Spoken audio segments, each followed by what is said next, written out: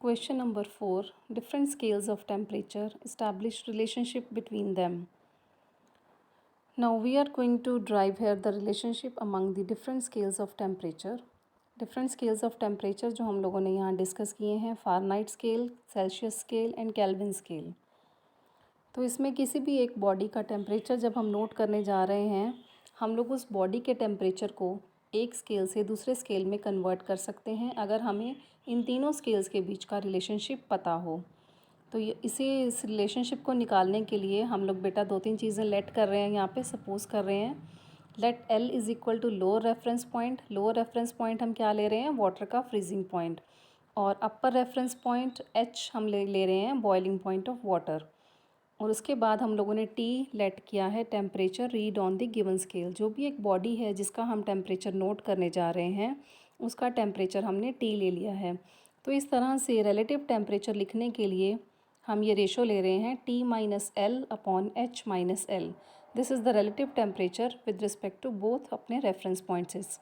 Reference points जो हमने लिए हैं एच और एल, इन दोनों के रिलेटिव जो टेम्परेचर का रेशो हमने लिया है वो क्या लिया है, T minus L upon H minus L. अब यहाँ पे हमने T1 ले लिया है सेल्सियस स्केल, T2 लिया है फ़ारेनहाइट स्केल एंड T2 लिया है, T3 लिया है केल्विन स्केल। अब T1 जो सेल्सियस स्केल है, ऑब्वियसली सेल्सियस स्केल में जो लोएस्ट टेम्परेचर है L1 वो 0 डिग्री है और हाईएस्ट टेम्परेचर H1 क्या है, 100 डिग्री सेल्सियस। T2 जो फ़ारेनहाइट स्केल है उसमें लोएस्ट टेम्परेचर क्या है, 32 डिग्री फ़ारेनहाइट और हाईएस्ट टेम्परेचर H2 क्या है, 212 डिग्री फ़ारेनहाइट। देन T3 जो केल्विन स्केल है उसमें L3 क्या है, 273 केल्विन और H3 क्या है, 373 केल्विन। अब इन तीनों रेशोज़ को अगर हम ऊपर वाली जो हमने रिलेटिव रेशो ली है टेम्परेचर की, अगर हम तीनों के कॉरस्पॉन्डिंग उसको पुट करके इक्वेट करते हैं, यानी first ratio T1 minus L1 upon H1 minus L1 equal to T2 minus L2 upon H2 minus L2 equal to T3 minus L3 upon H3 minus L3। इसमें अगर हम कॉरस्पॉन्डिंग वैल्यूज़ को सारियों को put करेंगे, T1 की value C, L1 की value 0, than denominator में H1 है 100 एंड L1 अगेन क्या है 0। इस तरह से जब हम सारी वैल्यूज़ पुट करेंगे और इन इक्वेशंस को सॉल्व करेंगे, then we get the relationship C upon 5 equal to F minus 32 upon 9 equal to K minus 273 upon 5। तो इसको याद करने का तरीका बेटा मैं पहले ही तुम लोगों को बता चुकी हूँ। न्यूमरेटर में तुम लोगों ने इस सीक्वेंस को याद रखना है CFK एंड डिनोमिनेटर में इस सीक्वेंस को याद रखना है 595 और ऊपर न्यूमरेटर में F में से हमने 32 माइनस करना है और K में से 273 माइनस करना है। तो अगर आप लोग इस सीक्वेंस को याद रखोगे, that relationship will be very easy for you to remember. उसके बाद question number 5, explain what you understand by absolute zero and triple point. ये हम लोग already short answer type questions में डिस्कस कर चुके हैं, तो I will not repeat it again. Then question number 6, give any 5 properties of heat radiations. Heat radiations की कुछ प्रॉपर्टीज़ हम लोग यहाँ पे लिस्ट कर रहे हैं जो सिंपली आप लोगों को याद रखनी है। फर्स्ट प्रॉपर्टी क्या है, they do not require a medium for their propagation. तो हीट रेडिएशंस जो हैं वो वैक्यूम में भी ट्रैवल कर सकती हैं, ये ज़रूरी नहीं है कि हमें कोई मीडियम की रिक्वायरमेंट है उनकी प्रोपेगेट करने के लिए। Then second one is heat radiations travel in straight line. ये रेडिएशंस हमेशा स्ट्रेट लाइन में चलती हैं।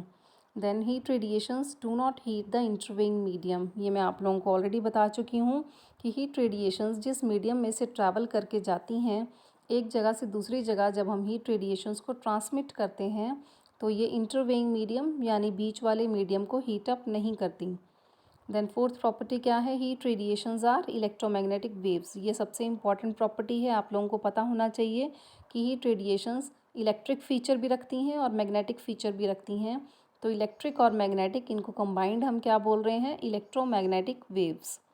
उसके बाद इनकी वेलोसिटी हम लोग ऑलरेडी डिस्कस कर चुके हैं। हीट रेडिएशंस जो हैं EM वेव्स की वेलोसिटी से मूव करती हैं, विच इज़ 3 × 10⁸ मीटर पर सेकेंड इन वैक्यूम। उसके बाद यहाँ पे बेटा 5 प्रॉपर्टीज़ पूछी गई हैं, पर 5 से ज़्यादा मैंने यहाँ पे 7 प्रॉपर्टीज़ लिस्ट की हैं, ताकि अगर एग्ज़ाम्स में आप लोग एक आधी प्रॉपर्टी भूल भी जाओ तो your marks will not be deducted. अगर 7 में से आपको 4 या 5 प्रॉपर्टीज़ याद रह जाती हैं, even then it's okay. Then 6 property क्या है? These radiations undergo reflection, refraction, interference, diffraction and polarisation phenomena. तो ये कुछ ऑप्टिकल फिनोमिनाज हैं जो कुछ रेडिएशंस फॉलो करती हैं, ओबे करती हैं। उनमें से हीट रेडिएशंस भी एक हैं जो इन फिनोमिनाज को फॉलो करती हैं, ओबे करती हैं। Then lastly they obey inverse square law. Inverse square law क्या होता है बेटा? जो एनर्जी होती है हीट रेडिएशंस की वो इन्वर्सली प्रोपोर्शनल होती है आर का स्क्वायर। आर का स्क्वायर यानी डिस्टेंस। अगर हम रेडिएशंस को एक जगह से दूसरी जगह ट्रांसमिट कर रहे हैं, भेज रहे हैं, तो अगर वो डिस्टेंस ज़्यादा होता जाएगा तो इनकी इंटेंसिटी जो है वो कम होती जाएगी। यानी energy and intensity inversely proportional to the r square. Distance की इन्वर्सली स्क्वायर होती है।